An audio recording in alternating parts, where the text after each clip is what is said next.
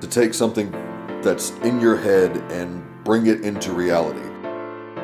It's making what's not real, real. It's making tangible that which is just a subjective idea. That's what filmmaking is all about to me.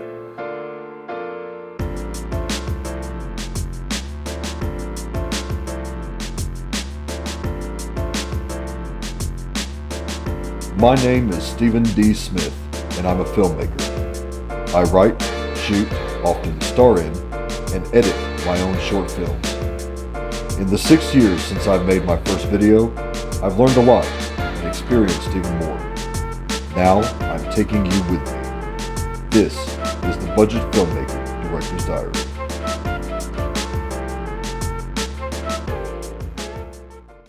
There's lots of filmmaking channels on YouTube. There's channels like Film Riot and D4 Darius that show you how to do a whole bunch of filmmaking techniques and how to write a script and how to plan a shoot. And everything that I learned as a filmmaker, I learned from channels like that. So I started thinking, what kind of content can I produce on a regular basis that can actually be beneficial to someone? I don't have a lot of money. I don't have a great camera. I'm using my cell phone to record this. Each and every movie that you've ever seen from me, I've used my cell phone for.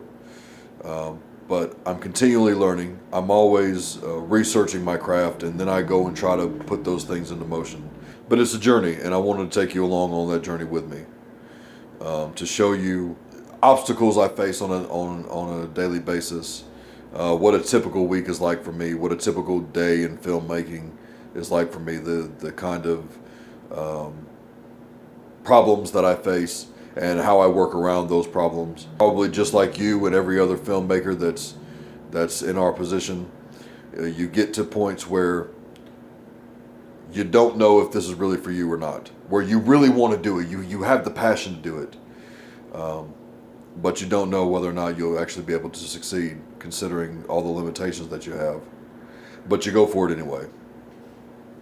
And so I decided to do a video diary from a filmmaker's perspective, and this is entry one. Yeah.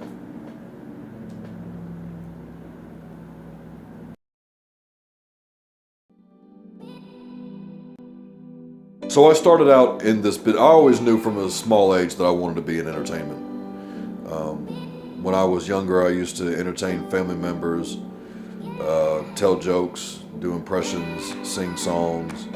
I was doing that from a very small age, and like all entertainers, I am an attention whore, and I love getting attention. I've always liked getting attention, even when I was little, and that's why I started doing it. And I noticed that when I was really good at something, or even when I wasn't really all that good at something, when I just put myself out there to do something that nobody else had the guts to stand up in a room full of people and do, people enjoyed it. And I got applause, and people were proud of me, and they would smile at me. When I was a young man, I found lyricism, and so I started writing lyrics and writing my own songs.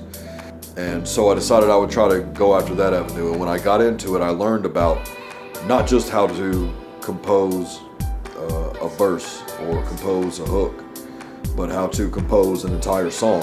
The power of strings, the power of strings has always stayed with me. And even now that I'm composing music for my own short films, most often you'll always hear strings in my compositions. And that's one way to know that it was me that did it, because strings are just such an emotional instrument for me. They just bring out so much.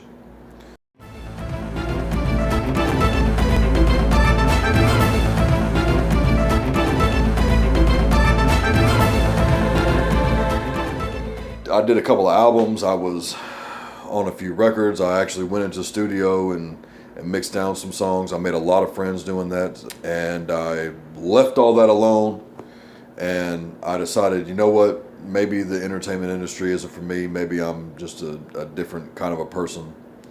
And I found religion, and I got into the church. And it was actually in that setting that I found acting, real acting. I mean, actually like learning scripts and doing monologues and performing entire pieces. And I started doing plays for the church. And that's when the acting bug first hit me.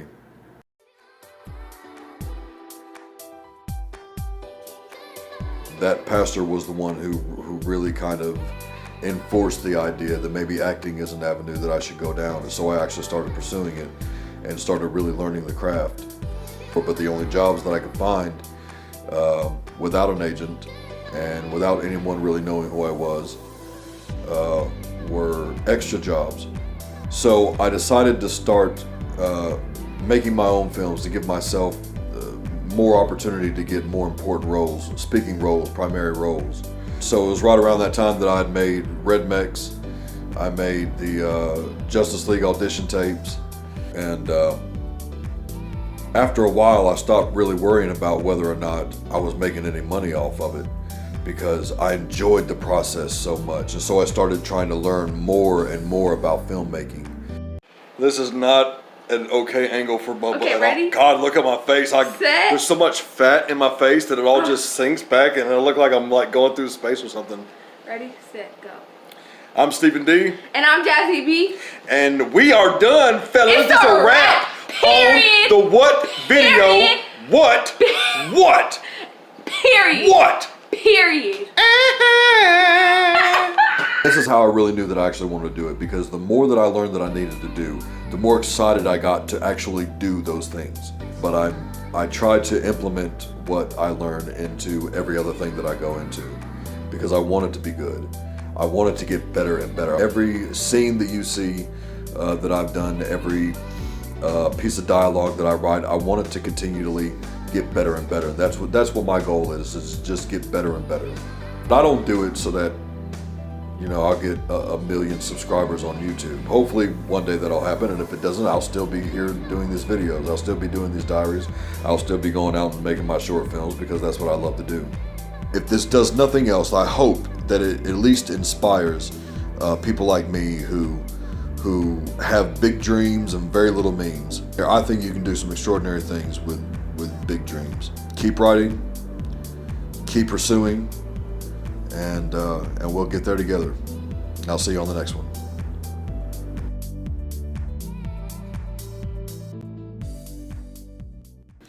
I wasn't able to go and film it.